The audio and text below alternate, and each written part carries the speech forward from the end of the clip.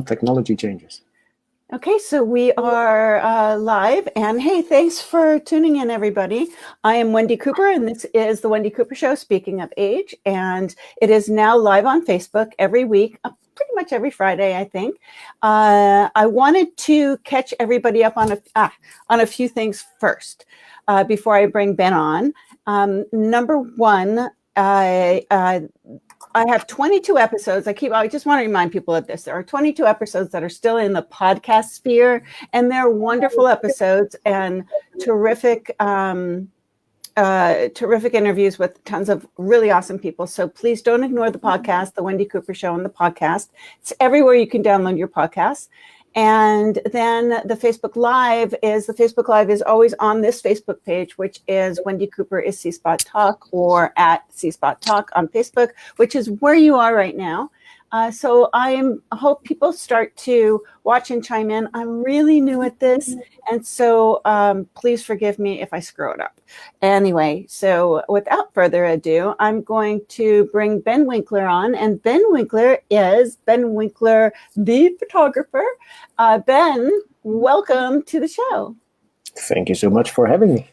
So you are also the on Instagram, or I think it's on your Facebook or on Instagram, you call yourself the evolved woman. I don't know, I want to say something like the lover of evolved women. I always say that you are the photographer that really embraces women of age, which is a beautiful thing.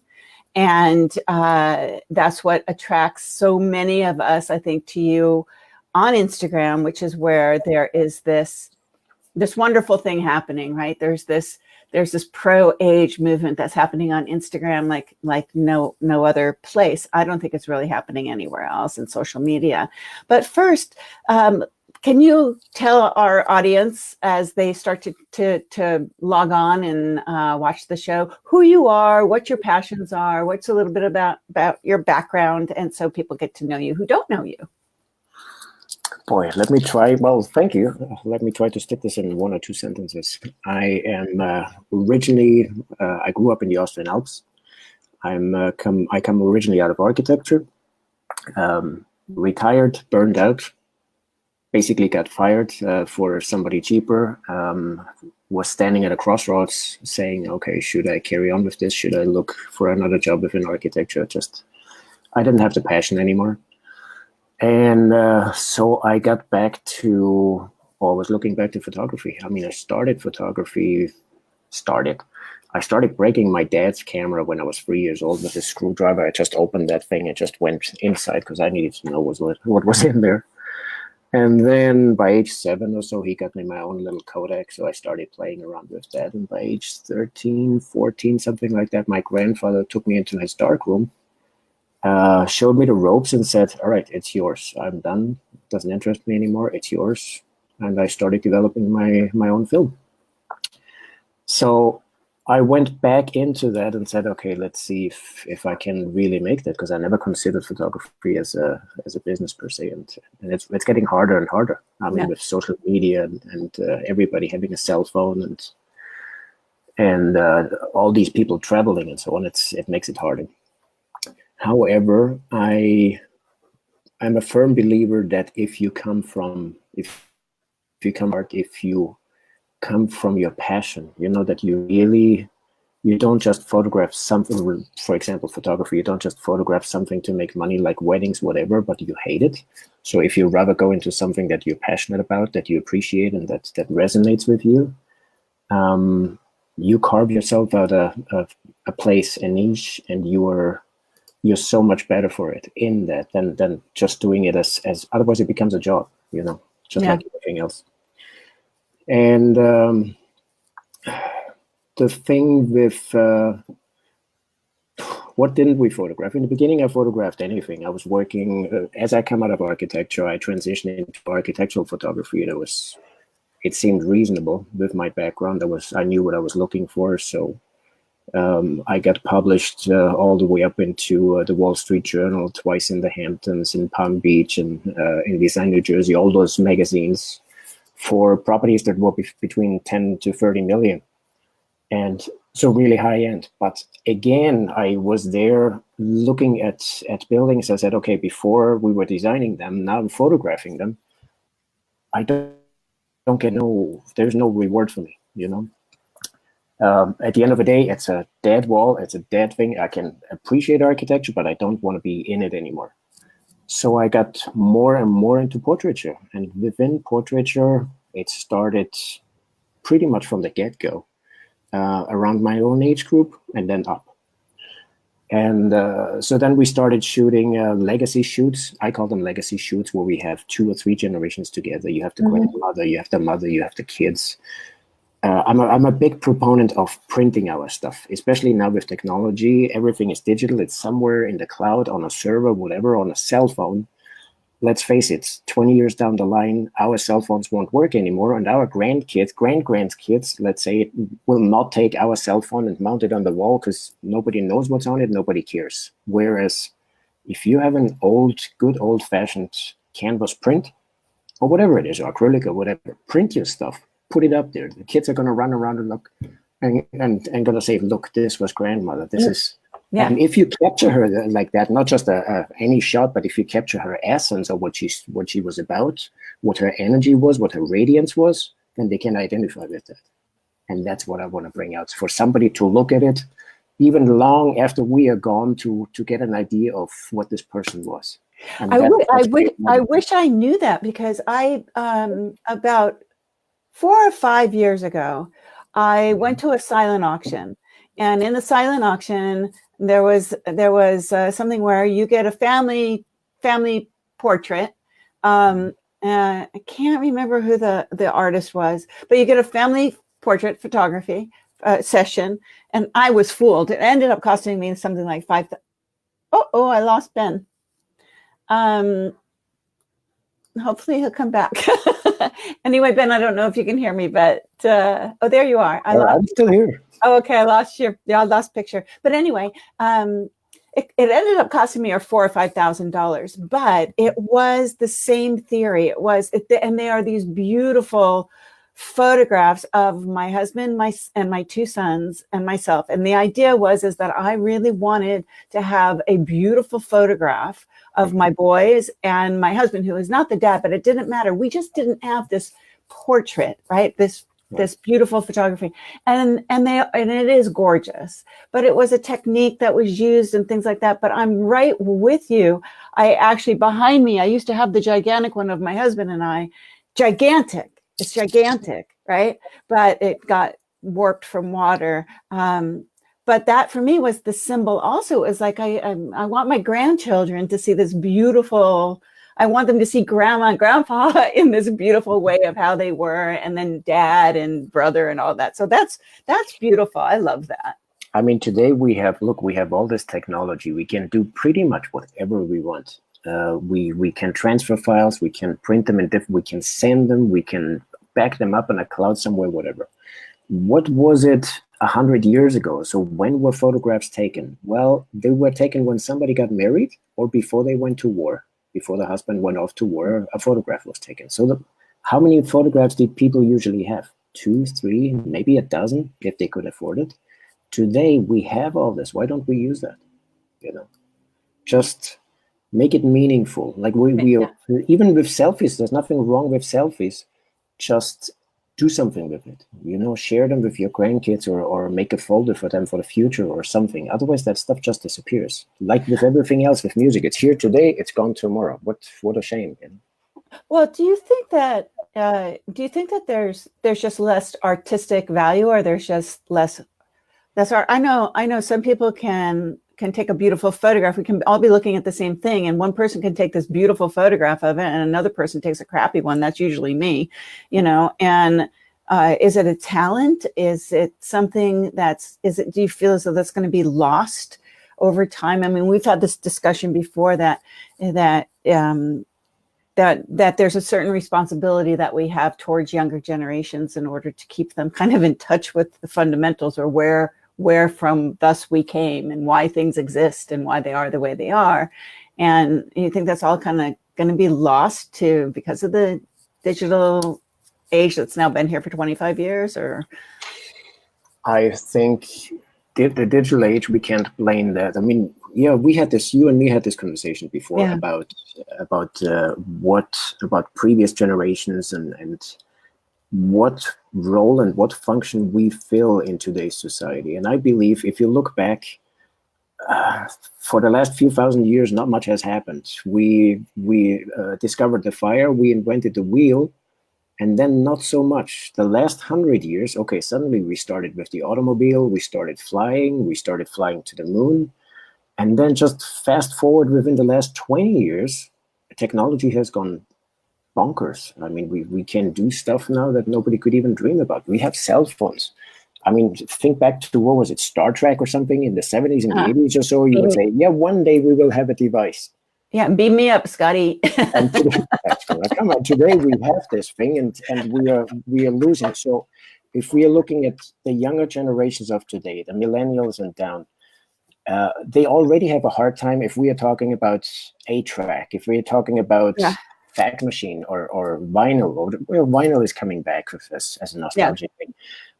But our generation, baby boomers and 20 years down or so, is maybe that I believe that we are that link between the past and what's going to be. Because once we are gone, if we do not pass that on or somehow make them aware of it, because their life is so fast, everything is here in one instant and gone in the next instant. If you look at, I believe it's Snapchat, whatever, I don't do that stuff, where you have a clip that shows up and once you view it, it's gone forever. So why do we have this stuff? So let's be that connector between what life used to be and what they would, because after our kids, another generation down, they certainly won't have any idea. So for me, what I've been tinkering with for the last year or so is the notion of storytelling. Storytelling, in a sense, if you go back throughout the ages, different peoples, different tribes, a lot of them didn't even have the written word, so how did you pass on morals? How did you pass on what's right, what's wrong? How did you pass on where you came from, your history, where your tribe comes from, and all that stuff? Through stories. And it was usually the elders, because who else would tell those stories and pass them down? So in our society today, where are the elders? Who are the elders? Does being old or does being of age mean you're an elder? So that's the next question, because that does not justify you or justify. That does not mean that you're an elder and guiding them, maybe, But also, Ben, it's such a different mentality. It's like they don't want to listen. You want to teach, or you want to share, or you want to guide, and you want to give them wisdom, but at the same time, they don't really want to listen. Like in the past, they learned and they understood their culture through the stories of their elders, but they listened. It's like now it's almost like they have their fingers in their ears when you want to say, "Oh, let me tell you a story." It's not like, no, don't tell me a story. I think it starts. I think the whole thing starts with the way society is falling apart and the way we had it. Think back in the 50s or up to the 80s. I don't know, when we had family. Family had a structure. Family had a nucleus. Dad came home after work. Everybody sat down for dinner. Yeah. Everybody would eat together, which already doesn't happen for the last 15, 20 years. Everybody would sit down, and then afterwards you could talk if Dad allowed you, whatever. I mean, the structure was different. Our behavior was different too. But you would talk about your day, and then you would talk about, okay, what do you think? What's going on for you? What's going on at school? And all that stuff. And you would ask for advice. Today, nobody's asking us. We have Google. Why the heck do we need to ask anybody older for advice? What do they know? Because we know it all. We are 25 or we're 20 or whatever, and we know. Well, when we were that age, we thought the same thing. And I think it comes around once they have their, I believe usually throughout the ages, it's always been like this. Once they have their own kids, they start coming back to us to ask for advice. And now I understand what you meant when you said that, and now I understand why you didn't agree and all that stuff. I'm going to tell you, I don't know. I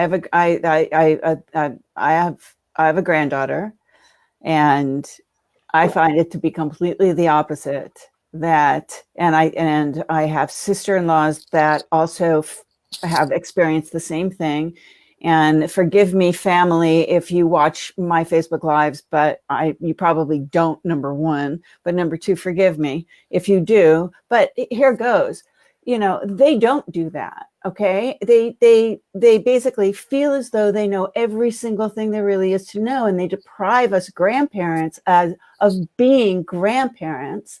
Sure, they're going to come to you when they need something or something like that. But boy, it's a problem that, you know, they know everything about parenting. They can't ask, they don't want to ask any questions. You make a simple comment like, maybe the baby should have a jacket on, you know, it's cold outside. And, you know, the whole earth fell in, you know, because you're snooped in their business.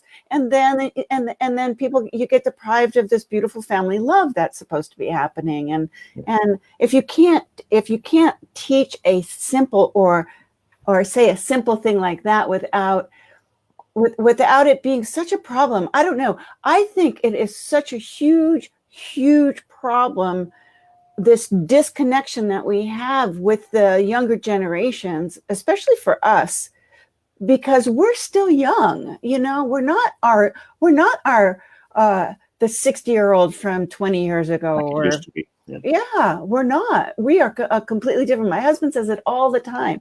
You say it. So how do we bridge that gap? What do we do? How do we find a solution to that? Because that is only going to get worse. And it's very sad. But yet, let me add this bit. We also use their world we penetrated Instagram. Okay. I tell this story many, many times that I didn't even know.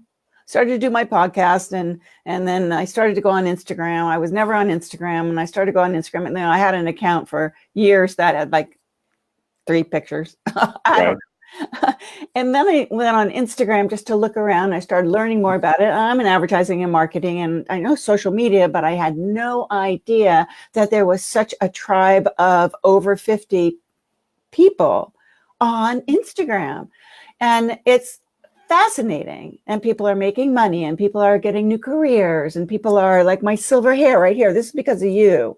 You know, it's like, people are growing out their silver hair. It's a trend now to grow your silver hair out. Swear to God, it's a trend. And it's funny how we're using kind of their platform in order to lift our cause in a way. I think what it comes down to is what we lost over the last 20 years. And now we are trying to make up for it, as you say, through those platforms, is relating. We do not know, or they do not know how to relate to us, and we don't know how to relate to them. And when we have this disconnect. So now we are trying to make up for that with imagery or whatever platforms we're using. I mean, look at Facebook. When that started, it was all youngsters that were on Facebook. If you look at Facebook today, I think the majority is 50 and up. And it's just reposting all those memes over and over again, what somebody else posted. And I said, do you have a life? I mean, A, you're always on it, but B, do you have a life in the sense of, do you have your own opinion? Do you have anything to say? Or do you just take everybody else's crap and you just shovel it over? Instagram came along, and I think it was just more, I enjoy Instagram and I need it for work because it's visual. Yeah. Yet it starts infiltrating there as well now. If you look at all the memes and all this stuff. I was hoping that it wouldn't turn into Twitter. When Twitter came out with 140 characters or something, and everybody said, okay, I'm going to the kitchen, I'm going to the toilet, I'm doing this at the toilet. I go like, who really wants to know? Yeah, you know what? I don't use. Unless our president is on, because he is the biggest Twitter fan. Why do we have Twitter?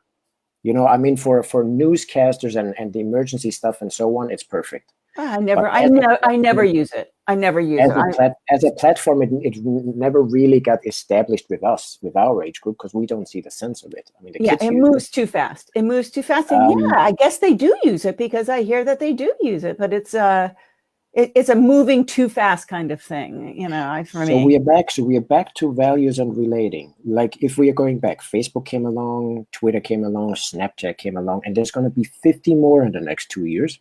They come and they go. But at the end of the day, at its core, why do we have them? We want to connect. We lost connection. We do not go into a coffee shop, at a restaurant, or a family sitting for dinner, whatever. Everybody's on their devices. They don't talk anymore. I was just telling our job. I would have loved to have been able to have a third person here this morning, because every single morning it's the same thing, where if I had a third person here, they could have been taking a photograph. I even thought about setting up a camera, but I said to my husband, who's leaning against the kitchen counter, you know, doing this, and I'm sitting on the armchair of the couch looking at my phone. I said, this is like the old, you know, sit down, have your coffee with the newspaper moment, right? But it was, we laughed, but it makes me kind of nauseous. It makes me miss that time, you know, the family time, like you talk about. But it's a sign of the times. This is what's happening. We're never going to change that. We're not going to change it. And it's, you know, connectivity created disconnection. So, okay. So I think it's because of that, it becomes even more important that we try to remain that link between former generations and our kids and our grandkids. And then we are coming down to the nitty gritty of our own age. I mean, what are we going to do with ourselves? What is aging? What is anti-aging? When anti-aging came along, I go like, okay, what the heck does that mean? We never had that before throughout the ages. Everybody's aging, whether we like it or not. And why do we always dream to be something else? There's something fundamentally wrong with the way we look at ourselves. Mm-hmm. I want to look like when I was 20. I said, okay, and it's really, I think at the end of the day, also with the gray hair or whatever it is, it comes down to attitude. Like, how do I live my life? How do I go around? Do I allow everybody else to tell me how to live? I mean, look at marketing, look at advertising. Creams for our age group, midlife and up, are advertised on a 20-year-old. And now the latest thing that came out, what was it, L'Oreal? I don't remember, a few weeks ago, 3-4 weeks ago, when they declared 2019 the color of silver or of gray.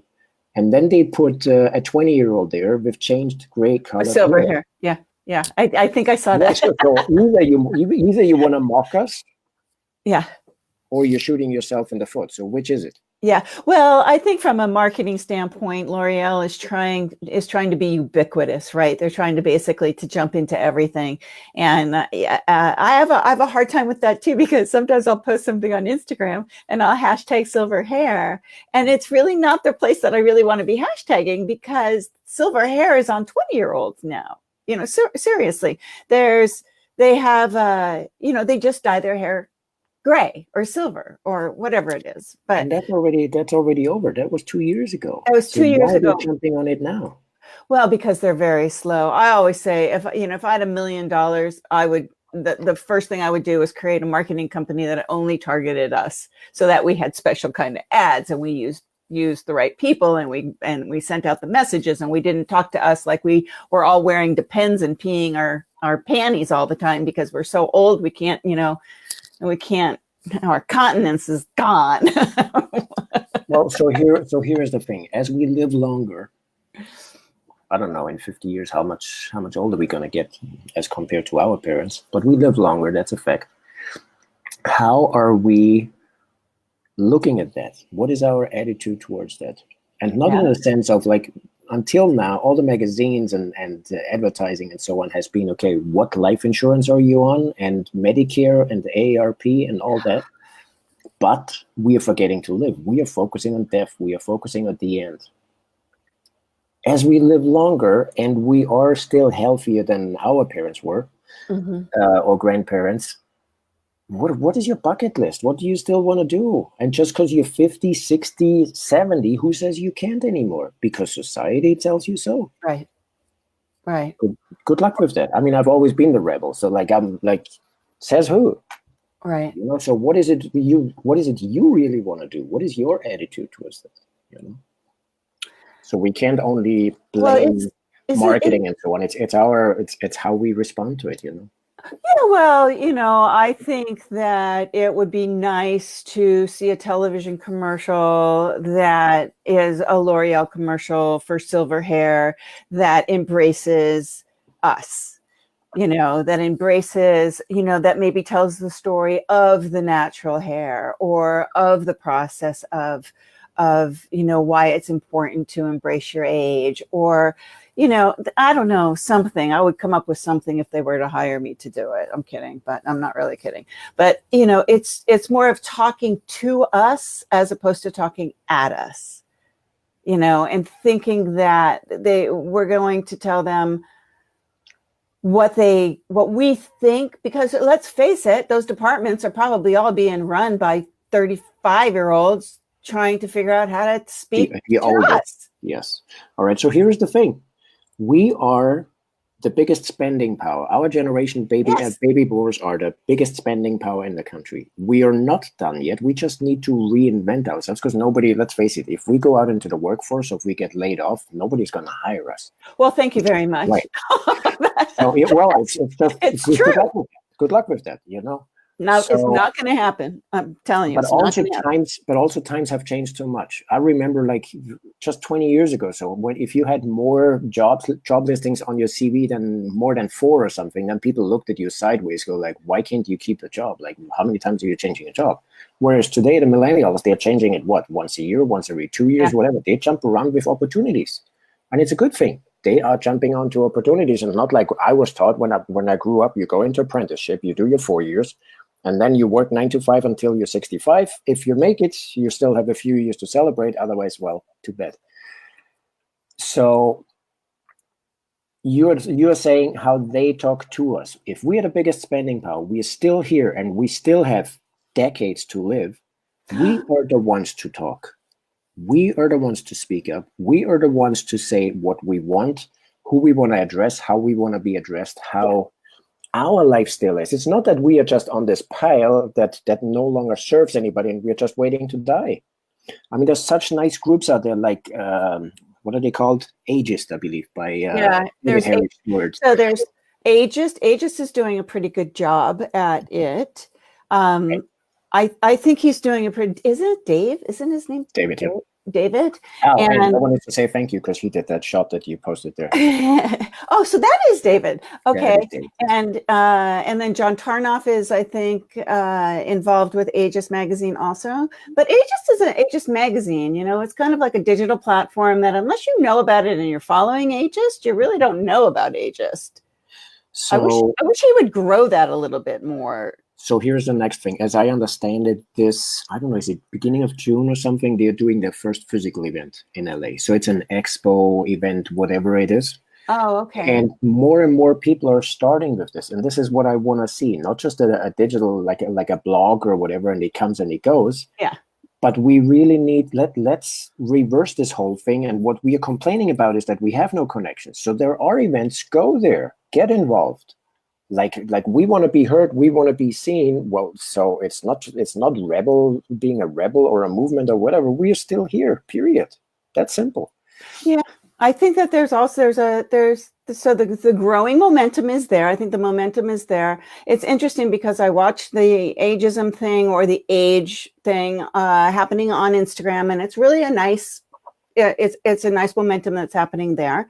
I've met tons of wonderful people. I've interviewed tons of, Barbara from Perennial Project, Mary Frischman, John Tarnoff. I saw John Tarnoff at an event not too long ago.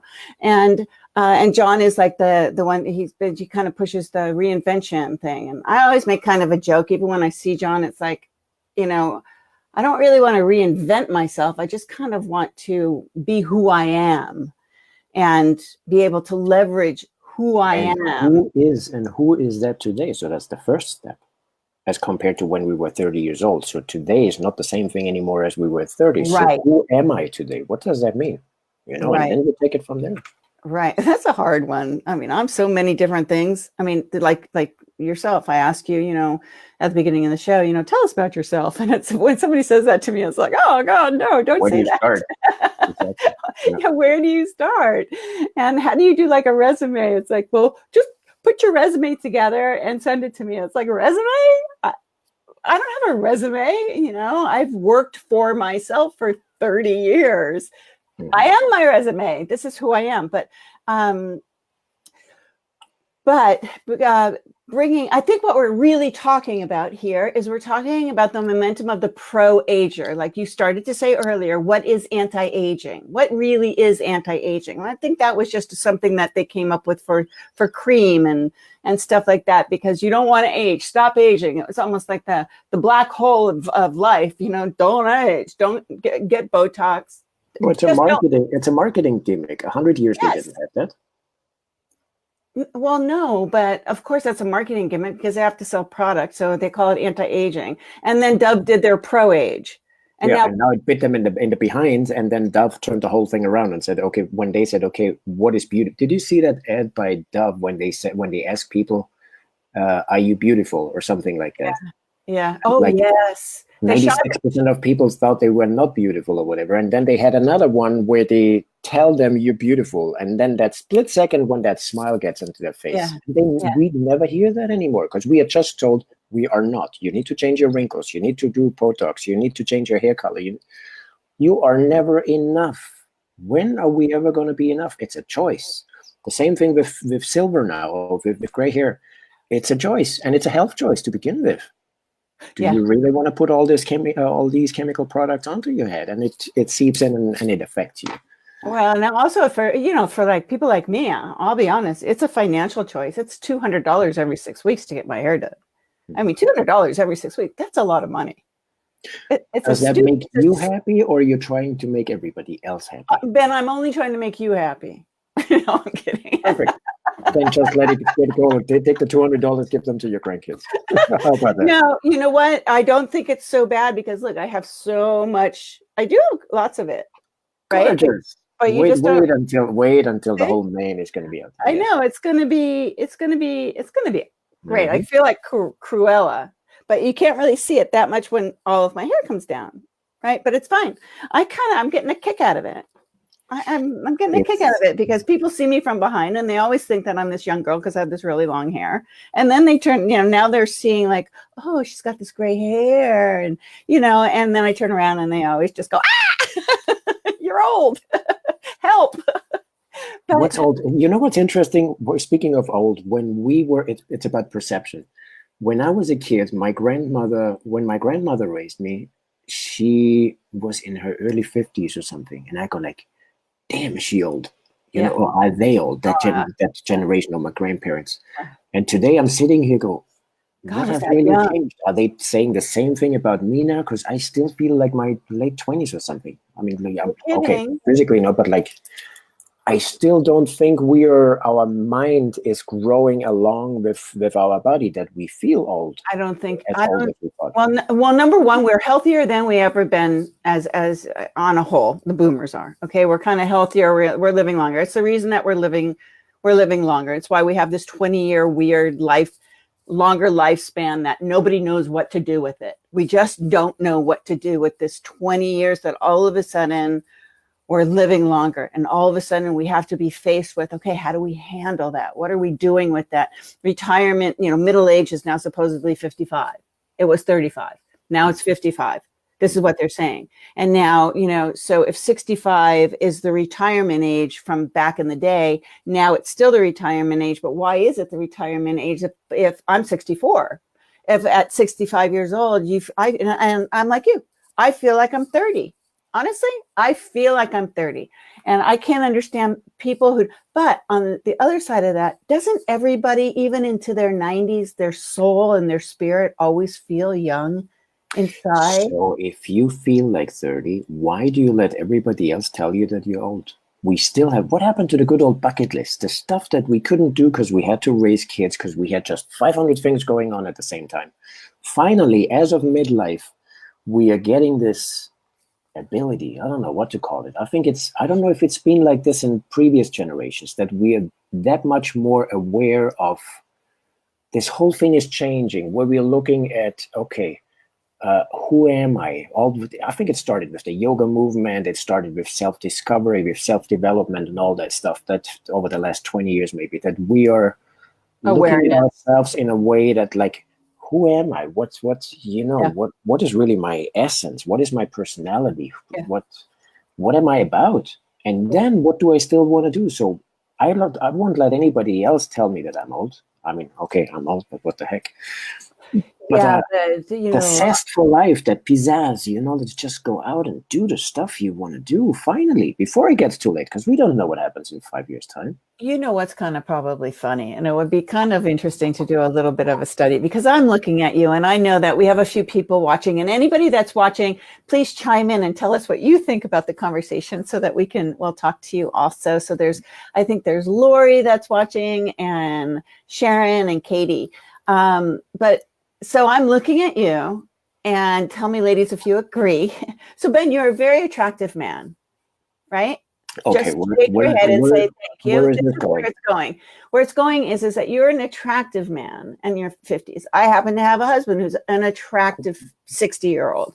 I know a lot of attractive men in their 60s, even some in their 70s, but they dress cool, right? And they have this way about them.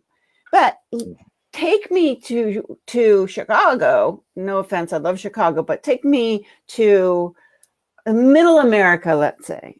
And I don't really think, we're in LA, we're in Southern California, we're in the kind of the hip centers of the world, Manhattan, LA, maybe even Atlanta. But you go to the rest of the country, and I think you're still probably going to find a lot of people that are our age not looking so, feeling their age and dressing their age and being their age. So I think for what I tried to touch on a minute ago was that we finally have this ability of maybe slowing down and reevaluating and checking what is really important to us. The kids are gone, all that stuff is gone, and now we're sitting here. What are we going to do with the rest of our lives? We discover sensuality. We discover, like for me, one of my biggest goals in my life from here on forward is to live through my senses, through all my senses, to really appreciate things. I always compare it to an old Italian lady going to the market. I mean, she goes down, she sees the fruit. First she sees it, then she touches it, she smells it, she tastes it. All that we have all that, and because of all this technology that we are bombarded with 24/7, we forget about the essence. What's really most important is connections with other people, with our families and so on, how we relate to them. Otherwise, we really become little alien cells that are floating around. And how can we enjoy, in simplicity becomes so important. The simple things and the best things in life are free, from fresh air to whatever. Let's appreciate it. And only now, once we start with what is it called? Sorry, English is not my first language.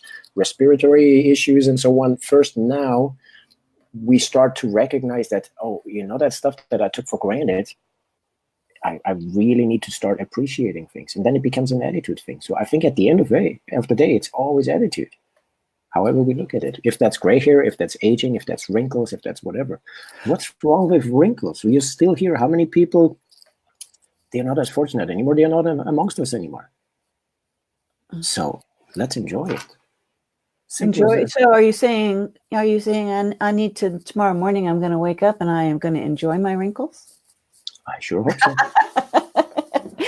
Not if I keep using these products I've been using, because my wrinkles are looking better and better.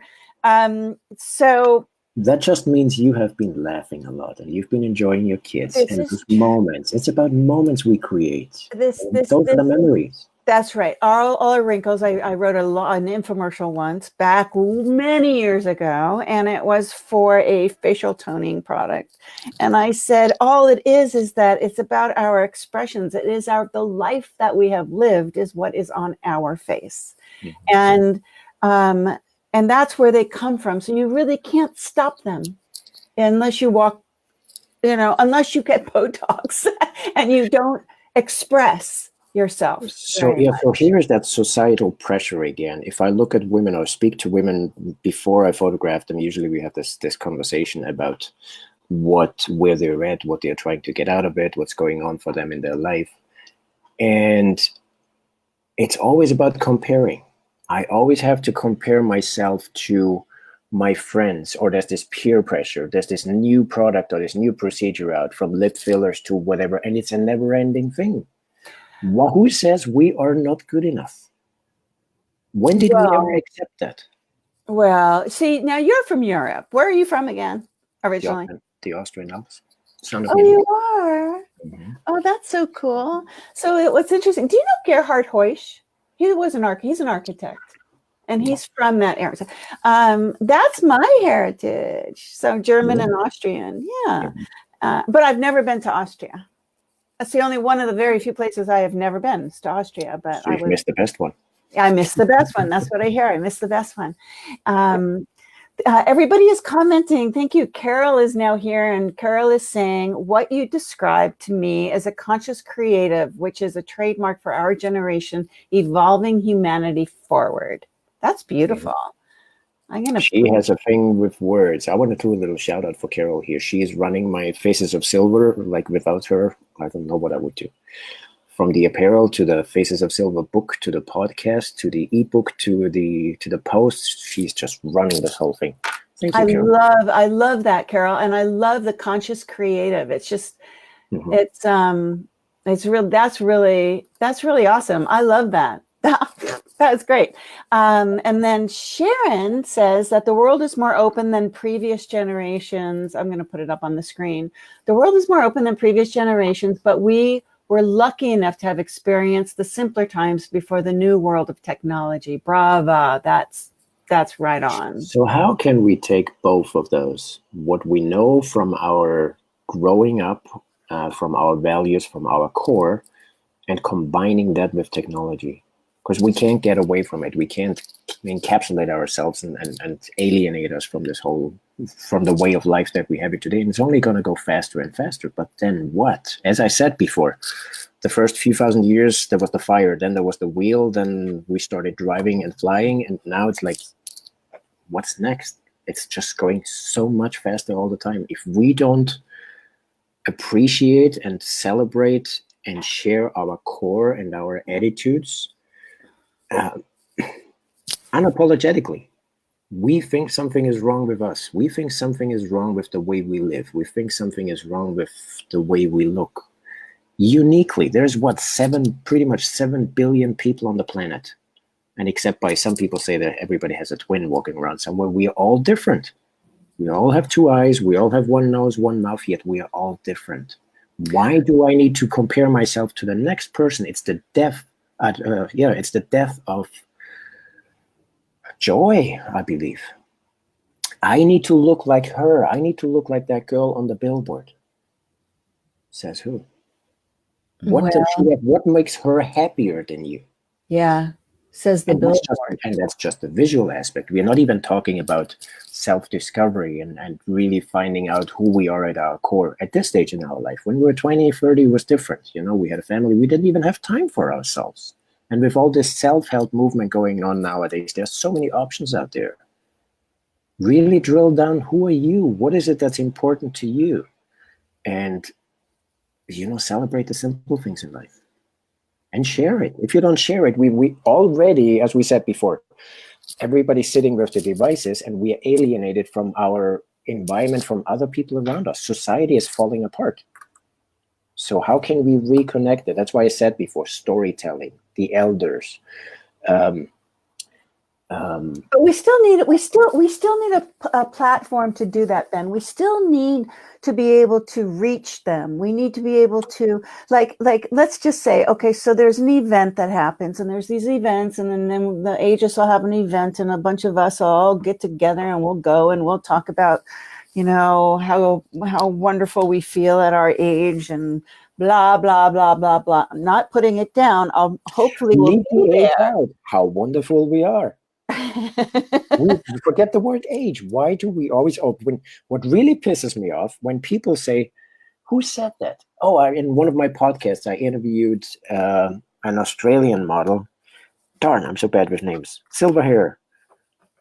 Oh, it's going to come to me. Anyway, she says, "What is this?" My short-term memory sometimes leaves me. She said she really can't stand it, and it happens to me when people say, "Boy, you look good for your age." Yeah. And she turns around, she says, and you're pretty smart for yours, aren't you? Mm. Boom, right there. Leave it there, turn around and walk away. Bingo. I love that. That's great. Who the hell are you? This is basically what got me started with Faces of Silver. When I was a young teenager, I was 13, 14 or something, in the Austrian Alps in a ski resort. My mother had a coffee shop. Those old, glorious Viennese type coffee shops with marble tabletops and mahogany and newspapers and all that stuff. Best cakes in the world. We are the pastry capital of the world, by the way, so you have to visit.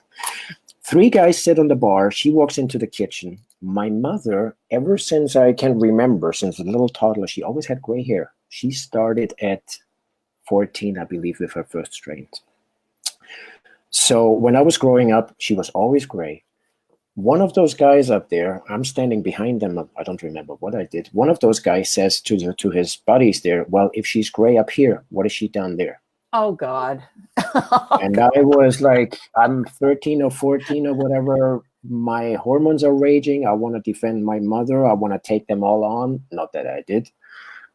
Like, how do we have the audacity to judge other people, to tell them what they should look like?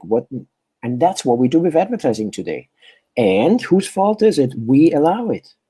As long as we buy that stuff, as long as, I don't say boycott or so, but raise your voice. It's not okay. Why do you put a 20-year-old on that cream? Why do you put a 20-year-old with fake gray hair and declare 2019 the year of gray hair? In all honesty, I think we are doing something about it. It's like That's why we're here. Yeah, that's why we're here. That's why we're right here talking about it right now. Mm-hmm. It's because it is giving us the ability to come together as a community, as a tribe, right? And make some changes. We have to make changes. We had this conversation. We have to. I feel as though it is our responsibility to bring awareness to the situation. It's our responsibility to try to find a solution so that ageism, because ageism is a terrible thing that's happening in society. There is no way, I've always been an entrepreneur. I always had my creative agency. I always had that. I always had gigs. I always had people come to me. I always had it. And then all of a sudden that kind of slowed down, right? And it used to be that I could reach out and I would have a gig right away, or I'd have 3 gigs. Now it's like, oh my goodness, it's pretty tough. And it's tough. And it's not to say that I know so much more than the people that they're hiring, but it's my age. So as we just said, the biggest spending power is our age and up.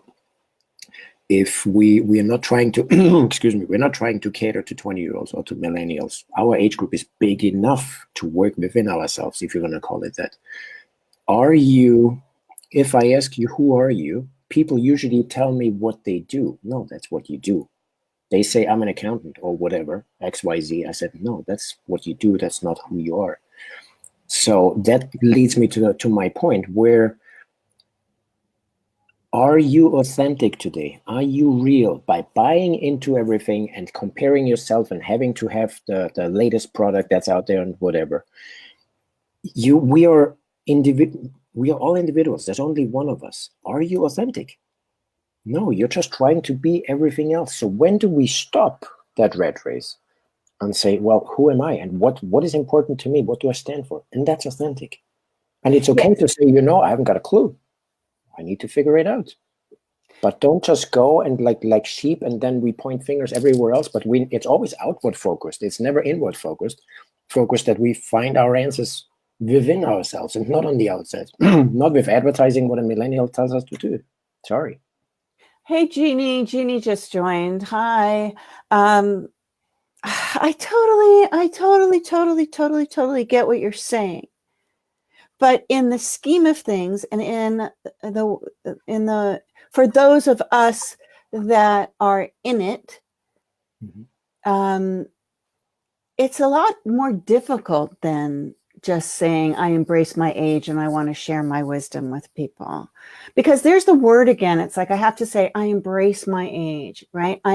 Why do I have to say that? Your point is, why do I have to say, I embrace my age? Do you embrace yourself? That's my point. That's your point. I have to embrace myself and eliminate my age. What does being you have to do with your age? It's a side effect, but that does not define you. That's not who you are. No, but most of society does look at me. I don't care. That's my argument here. I don't care about society. Who are you? What do you think? What's important to you? Well, if you ask me who I am, I say I'm a rock star. I'm great. I love myself. There you go. Yeah. And I did not hear the word age once in that statement.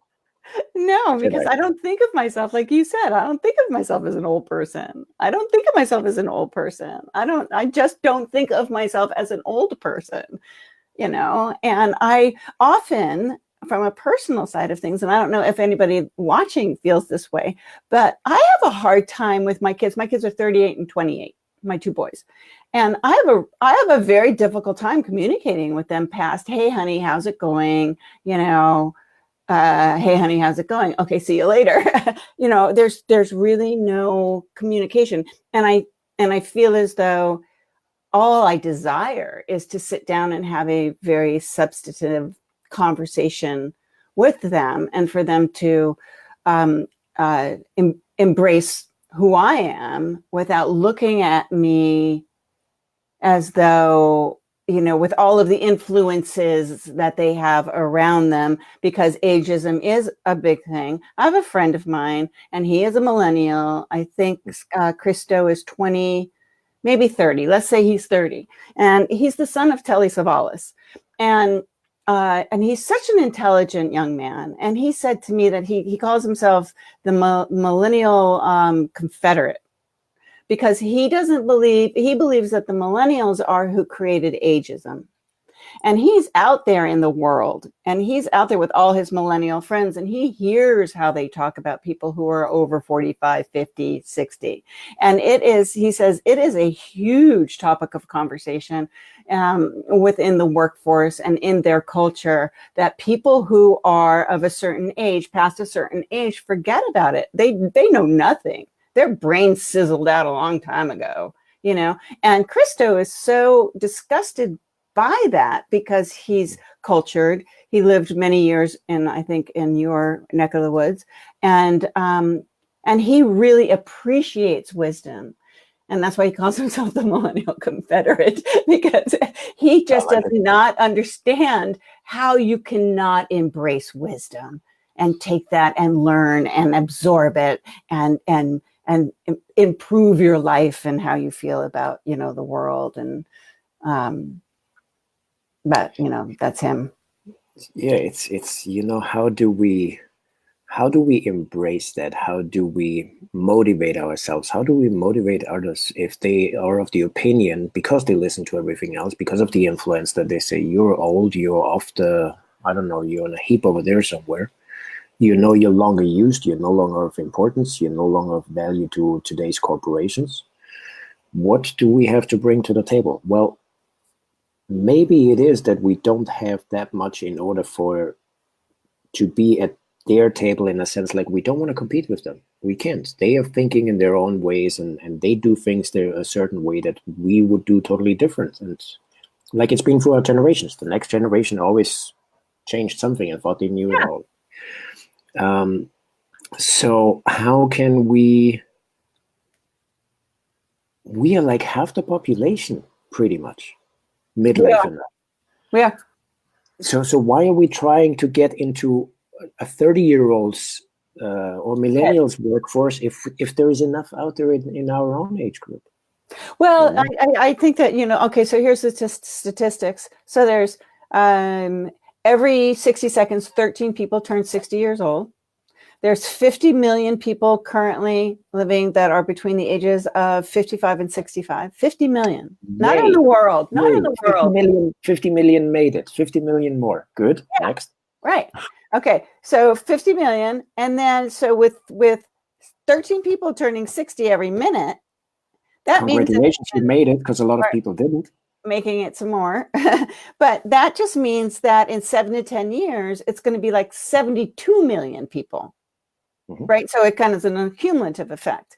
And then there's the people that are then keep entering it.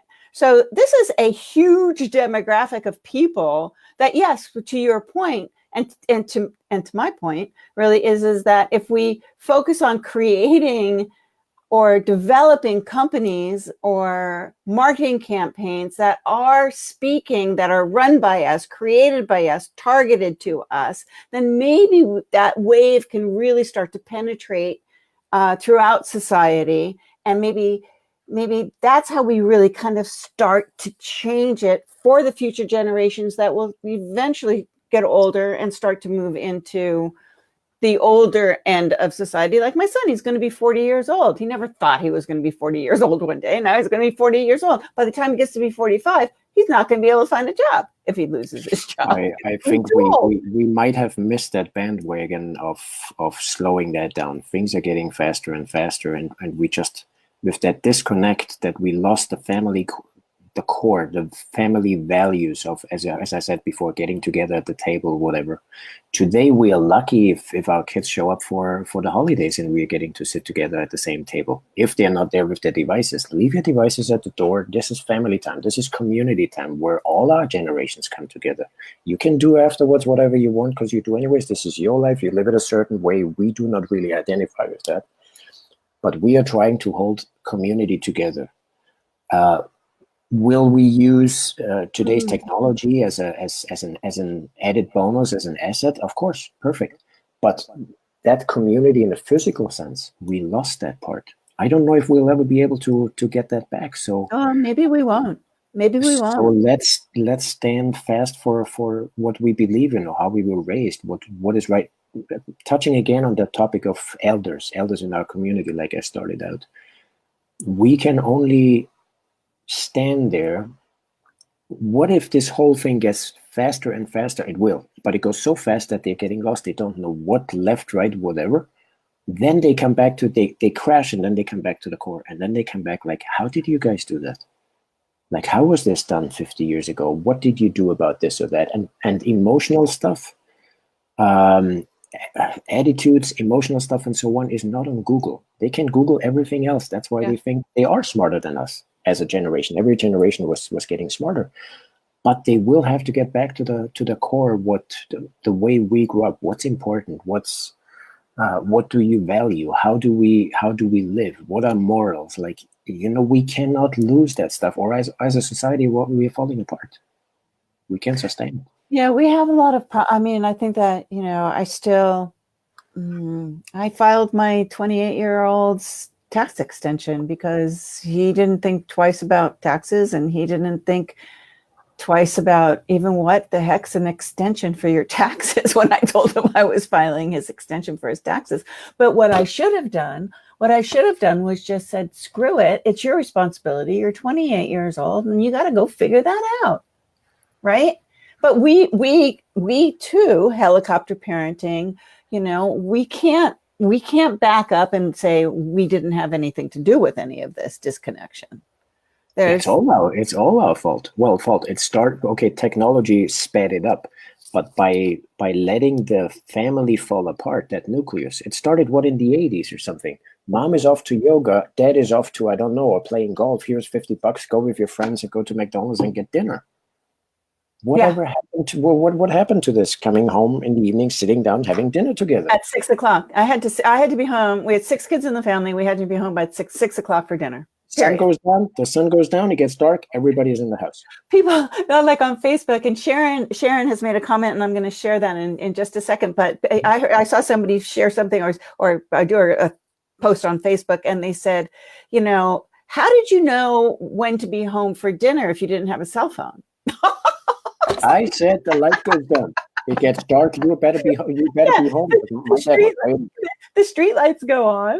You ask somebody what time it is. Yeah, I mean, how did you know when to be home? You didn't have a cell phone. It was like, are you kidding me? You would find out the first time your dad would, or whatever.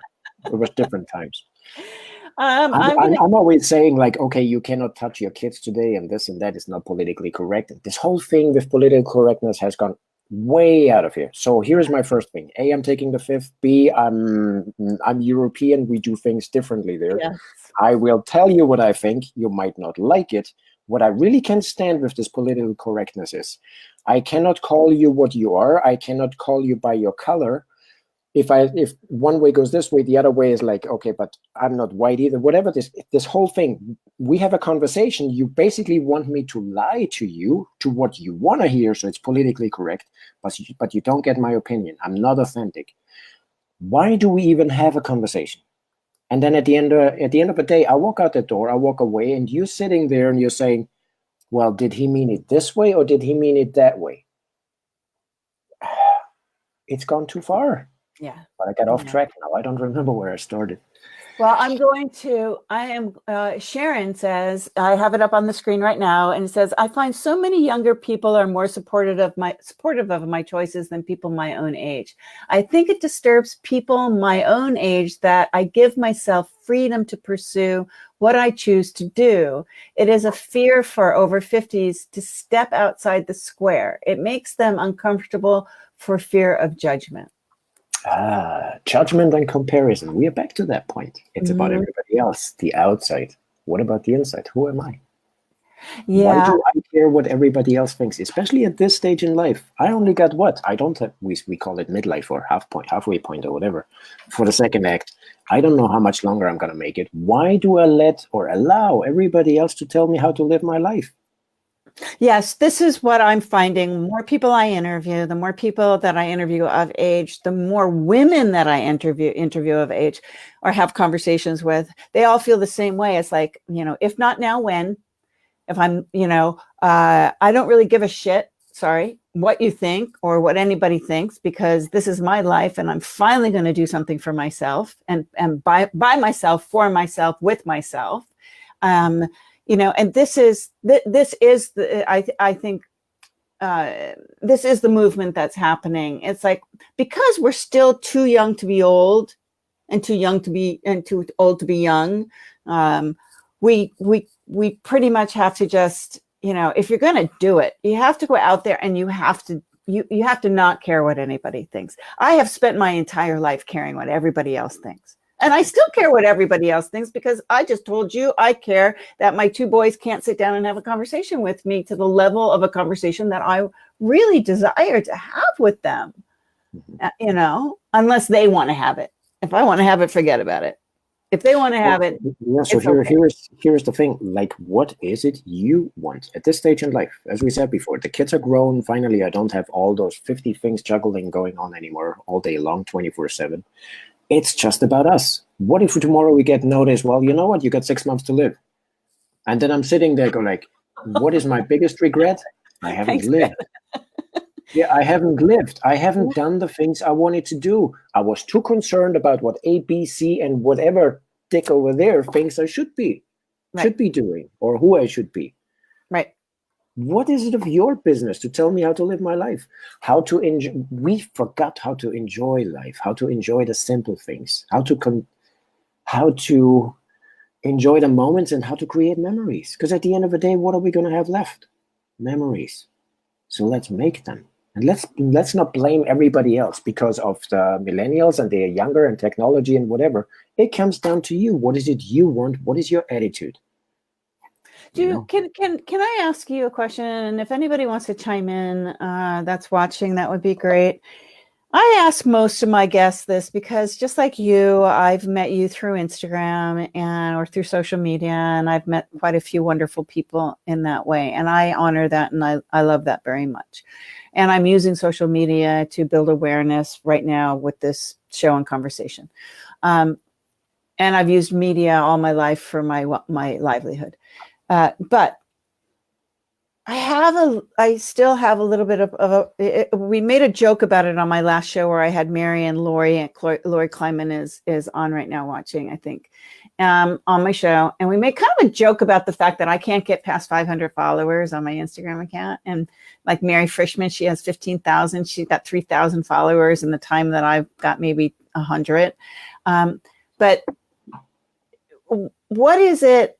How do you really, you're a photographer, it's a visual platform. I understand that but can you tell me honestly how you feel about it? About you wake up in the morning and you pick up the phone. I know that we communicate a lot on Instagram. I'm like so sick and tired of I'm communicating over here on Instagram with this person. I'm communicating on Facebook Messenger with these people. I'm over here on text message with these people. Some people are in email. It is freaking overload for me that I get anxious and I feel as though I feel I lose control. I feel as though I'm somewhat losing control. And then at the same time, I get a little jealous because I see other women, like, taking the photo every day and posting it on Instagram. Look at my life is beautiful. I'm hanging by the pool with the dolphins, or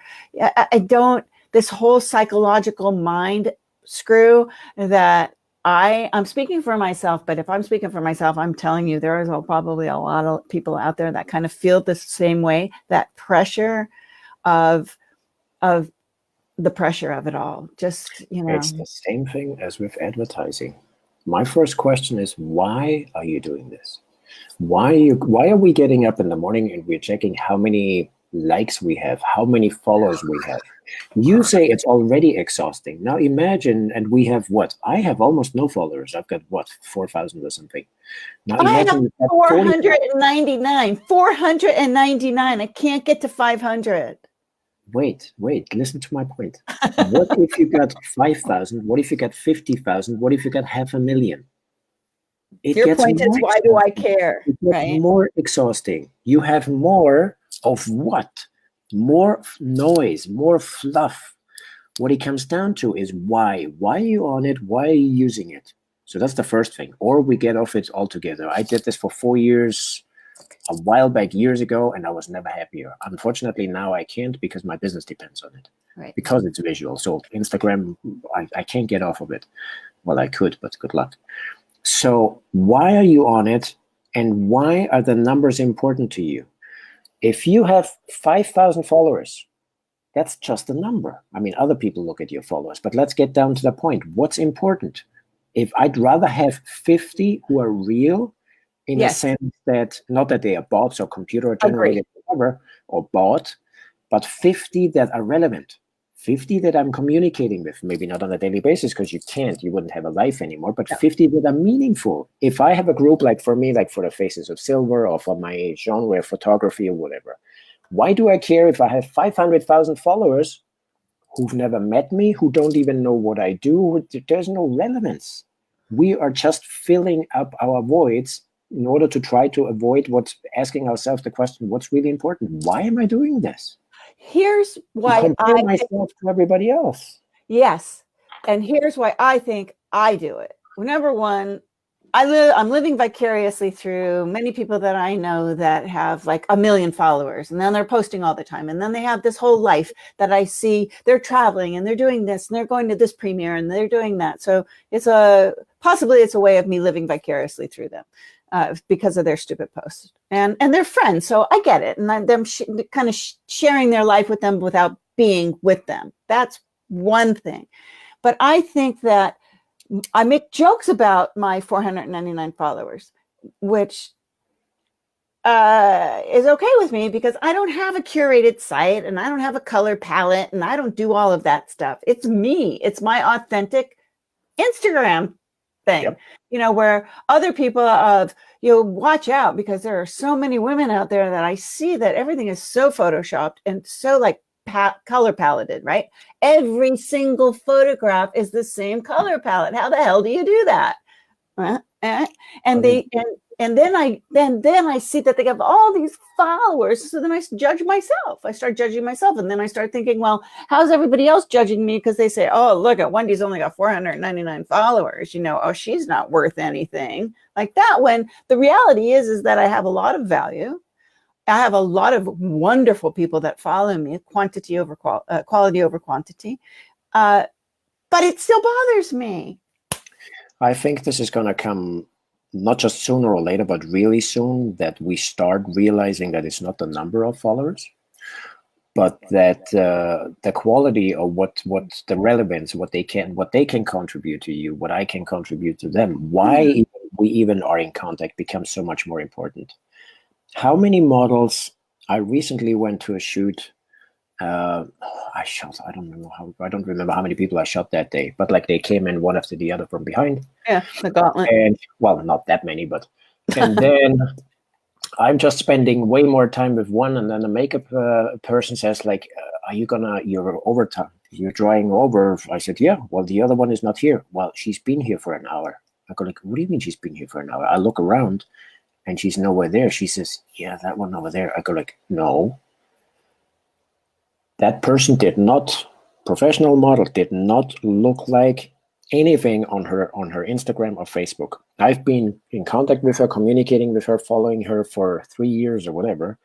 I look at her, go like, no, that's not that person. I did not recognize her.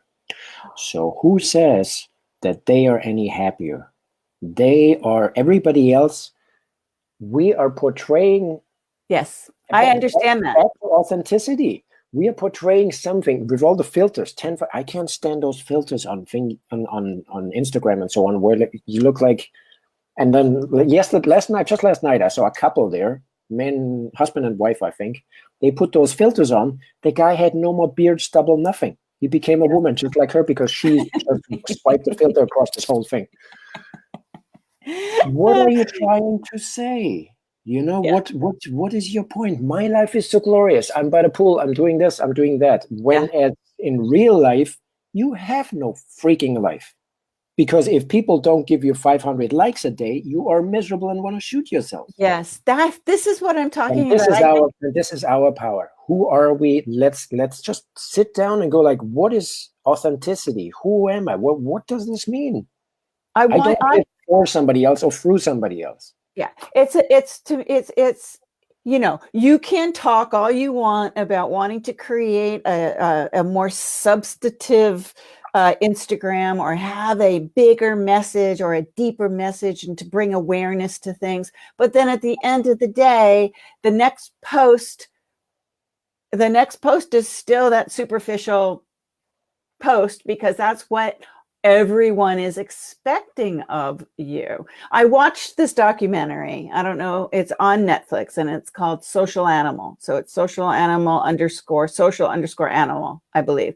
And it's 3 people. They follow 3 people and 3 very, very different people on social media. And I learned a lot. And it's a true documentary. You know, they really, it's no fluff, no nothing. It's the reality of what these 3 people go through. And one young girl says that if you don't get 600 likes in the first minute of posting a photo, Ben, are you still there? Because you're anyway, I'll keep talking. Ben might pop back in. I'm here. I lost his, maybe we lost the entire feed. Here. I think I'm talking to myself. Oh, no, here I am. So, hey, Lori, if you're still there, can you tell me if you see me on Facebook? Ben, if you need to come back, Ben, come back. I can't see him either, you guys. So let me see if I can text him. But anyway, now I forgot what I was saying. Jeannie, can you see us? Can anybody see us?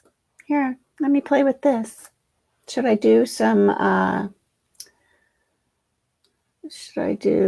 like a dance? Should I do a dance?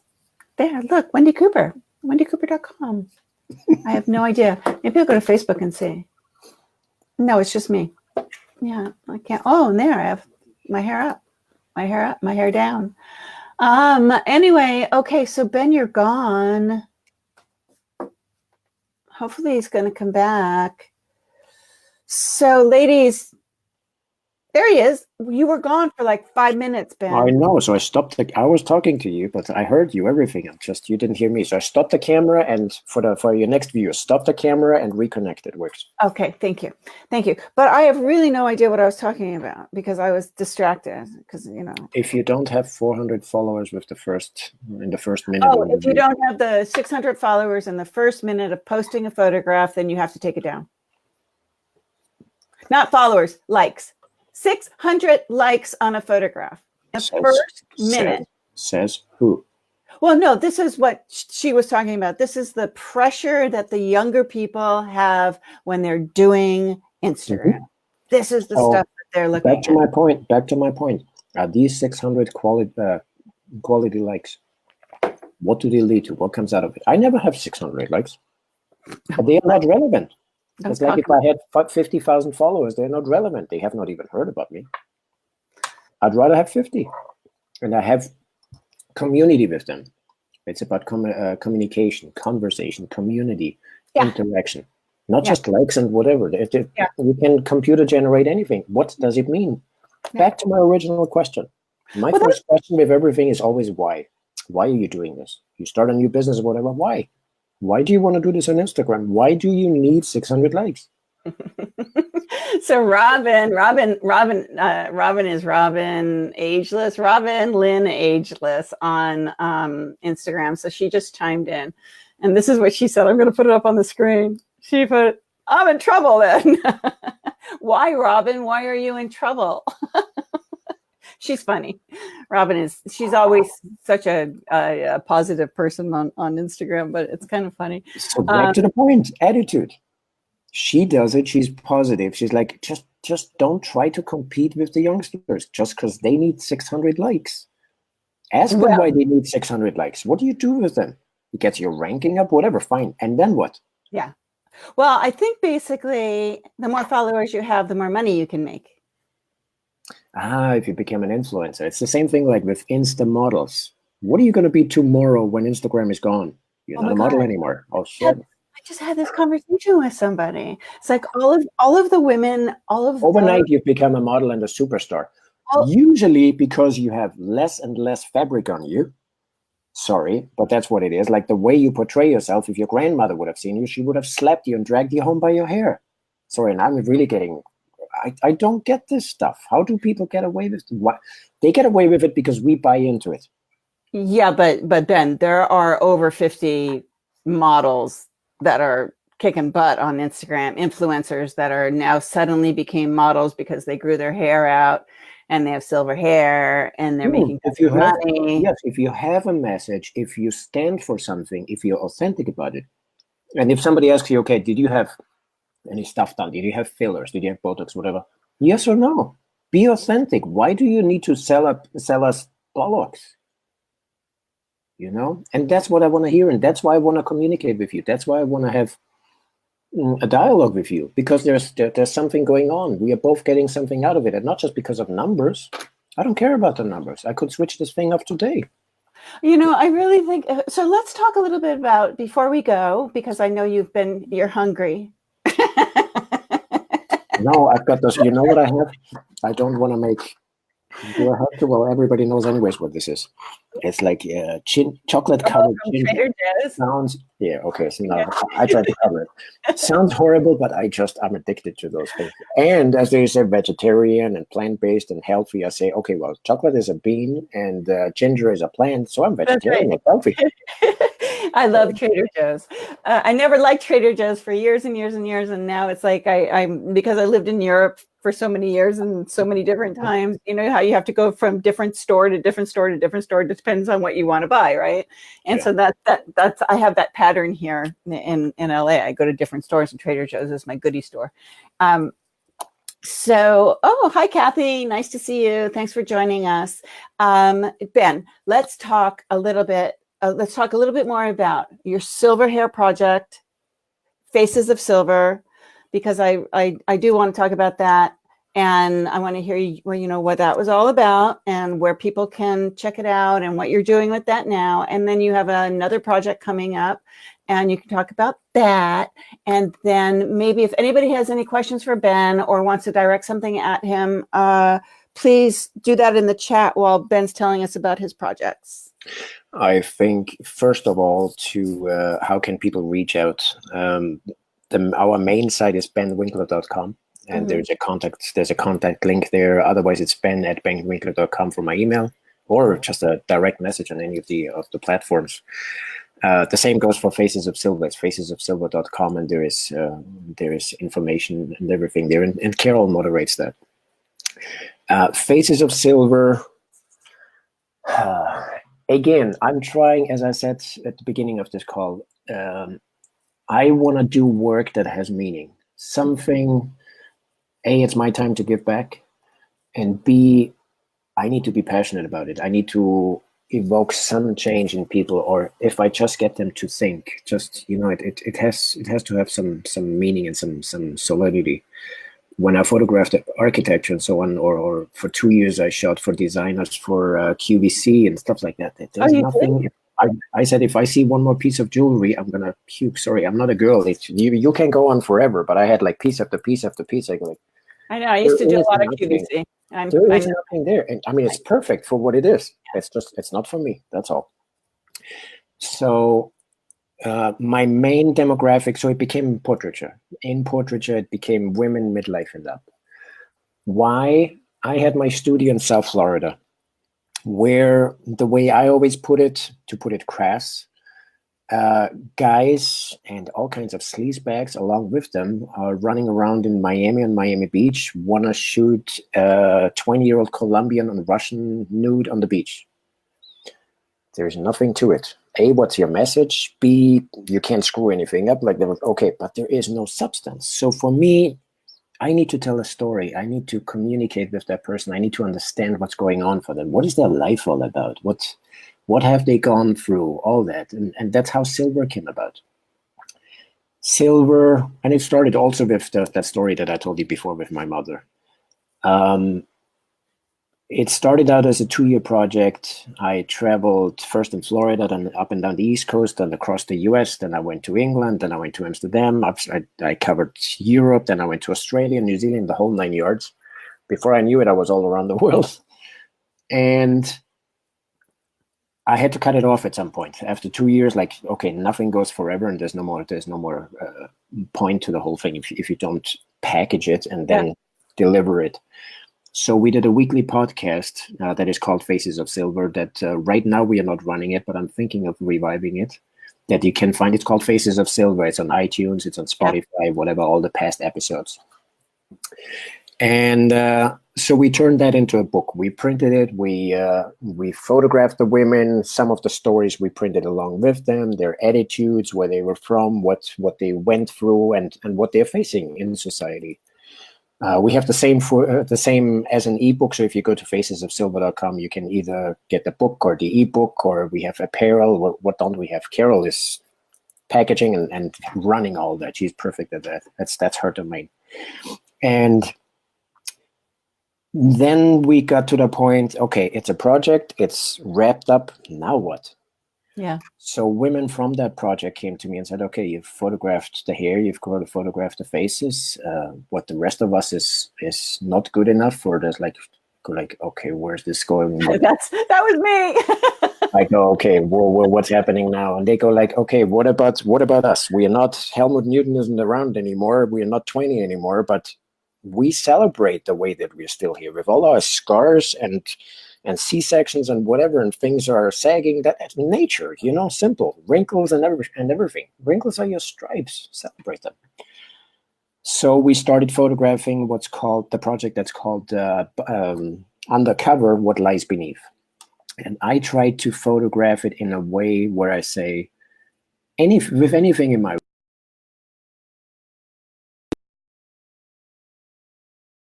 oh, hold on. There I am. I'm back. I'm talking to myself, maybe. It has to have quality. It can't be sleazy. It has to have a message.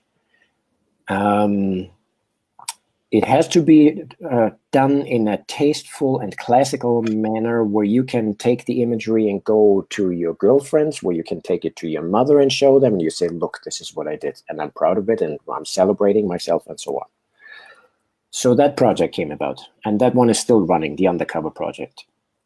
And it's always the same demographic. It's always women midlife and up. It's always about attitude. It's always about celebrating them. And the latest project that we are starting now is called Scars. And I'm saying scars, are they defining you, or are they just a celebration? Okay, I'm just trying to play with words a bit. I understand the issues, and you're going through whatever that might be, from disease to whatever. But if you have those scars, you're still around. You can still show them, so they are sort of part of you. How can we celebrate them in a sense that you made it through? You're still here, so they're a good thing. And I came across that Japanese art form of kintsugi, where they say you take a vessel, or if it's broken, like a cup or a pot or whatever, and you fuse it together with gold. So suddenly you enhance something, make something more out of it, and you look at it and you go, you know what? It's broken, but look how it was broken, but look what it became, a new thing, a new whole thing. It was the old thing plus something added.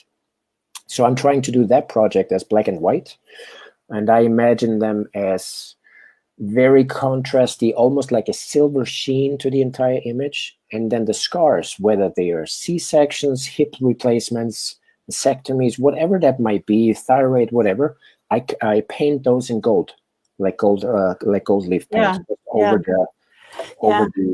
the scars. And well, that's where I'm at right now with that. I completely forgot that you told me that you were going to put the gold on the scars. That's so beautiful. So anybody out there, you want to be part of that project, please let me know. Ben@benwinkler.com, or just through the platforms anyway, direct message me. There's okay, and yeah, so that's the project. And Ben asked me before the show if it was okay to talk about it. But yes, I have a lot of scars, and Ben knows this, and because I've had a double mastectomy, and I've had hysterectomy, oophorectomy, bupodectomy, every ectomy you can think of, and then I have scars on my sides from this, and scars from my hip, and scars. So I am a scarful heaven for you, and so that's going to be really cool to be part of that, because as you were talking about it, I could just envision it, and so yeah, I'm very happy that you've invited me to do that, because that'll be really awesome. Because I do look at scars, to me, are a reminder of everything. And yet I always try to tell people that you have to celebrate life every day if you can't celebrate it. And so the scars are kind of a reminder of being able to celebrate the fact that you made it through. You know, it's almost like the guys and the gals that come back from war. They certainly have lots of physical scars, emotional scars, but those physical scars also create emotional scars, right? Yeah, that's like why over the past few years, I shot for 2 years. I was the official photographer for a Holocaust organization for emotional scars, which is, I enjoyed it in a sense for storytelling and documenting for later generations. But it's so heavy, I just had to move on to something else to get the balance back. Otherwise, I would have lost myself. And then last year, I believe it was last year, I started shooting for an organization called Connected Warriors, which are, most of us probably have heard about the suicides of veterans. There's one every hour, pretty much. So I believe it's 23 a day right now that kill themselves coming home from war zones. I've been there. I'm a vet. We didn't have that back in the day. There's so much help out there today, and this organization does it through yoga. Like the yoga studios across the country, they are giving free yoga to these veterans, and I believe even to their families. And this is like giving back to that. For me, it's always that there has to be some meaning in that. And as you said, now we have the physical scars, we have the emotional scars. So for the emotional scars, it's harder for me to show that, but like through those organizations, I could.